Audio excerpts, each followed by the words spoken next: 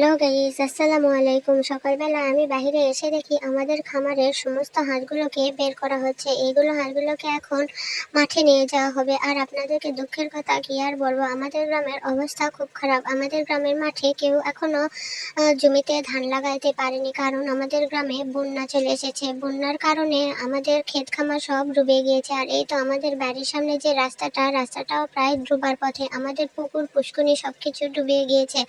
আর আমি আস্তে আস্তে দেখি আমাদের হাঁসগুলো পানিতে নেমে খুব তাড়াতাড়ি চলে গিয়েছে, সেজন্য আমি আর হাঁসের ভিডিও নিতে পারিনি। আর এই তো দেখুন আমাদের পুকুরের কি অবস্থা, দুই পুকুর একদম বন্যার পানিতে ভরে সমান হয়ে গিয়েছে। আর আমাদের এখানে বাজারের এখানে যে রাস্তাটা ছিল, এই রাস্তাটাও পানি উঠে গিয়েছে। আর অল্প একটু হলে রাস্তাটাও সম্ভবত ডুবে যাবে। তো আমরা দেখছিলাম আমাদের পুকুরে কত দূর কি পানি হয়েছে। তো আমরা চলে আসলাম এখানে আমাদের পুকুর ঘাটে, দেখা যাক কত দূর পানি হয়েছে।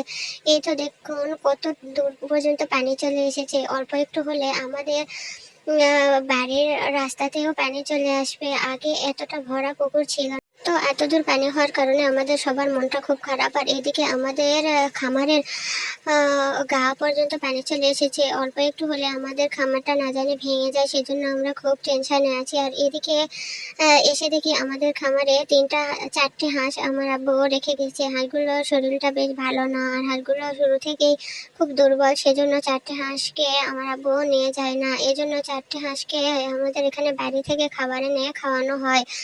দিনে দুবার করে আমরা এই চারটা হাঁসকে খাবার দিই। তো এখানে আমার আম্মু খাবার দিয়ে গেছে, আর চারটা হাঁস বেশ ভালোভাবে খাবারগুলো খাচ্ছে। হাঁসগুলো আগে মাথা আর সমস্যা ছিল, একটু পাগল ছিল, কিন্তু এখন খাওয়ানোর পর হাঁসগুলো বেশ খানিকটা সুস্থ হয়েছে। আর এইদিকে আমাদের খামারে বৃষ্টির কারণে গুঁড়ো গুঁড়ো পেতে দেওয়া হয়েছে, যাতে হাঁসগুলো ভিজে স্যাঁতসেঁতে অবস্থায় না থেকে রোগ না হয়।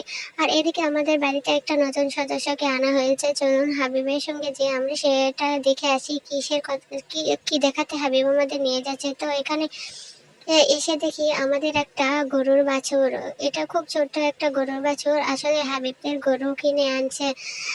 গরুটা বাছুর সহ গরু কিনে আনছে। গরুটার বাছুরের বয়স সম্ভবত 5-6 দিন, এজন্য খুবই ছোট, এখনো নাভিও পর্যন্ত পড়ে নাই। আর বাছুরটা দেখতে অনেক কিউট, সেজন্য হাবিব বারবার বাছুরটাকে চুমু খাচ্ছিল। বাছুরটা মাশাআল্লাহ অনেক ভালো হয়েছে। এদিকে বাছুরটাকে বেঁধে রাখা হয়েছে, কারণ কাদা পানির ভিতর বাছুর অনেক ছটফট করছিল, আর লাফালাফি করলে পড়ে গিয়ে হাত পা ভেঙে যেত, সেজন্য বাছুরটাকে এভাবে বেঁধে রাখা হয়েছে।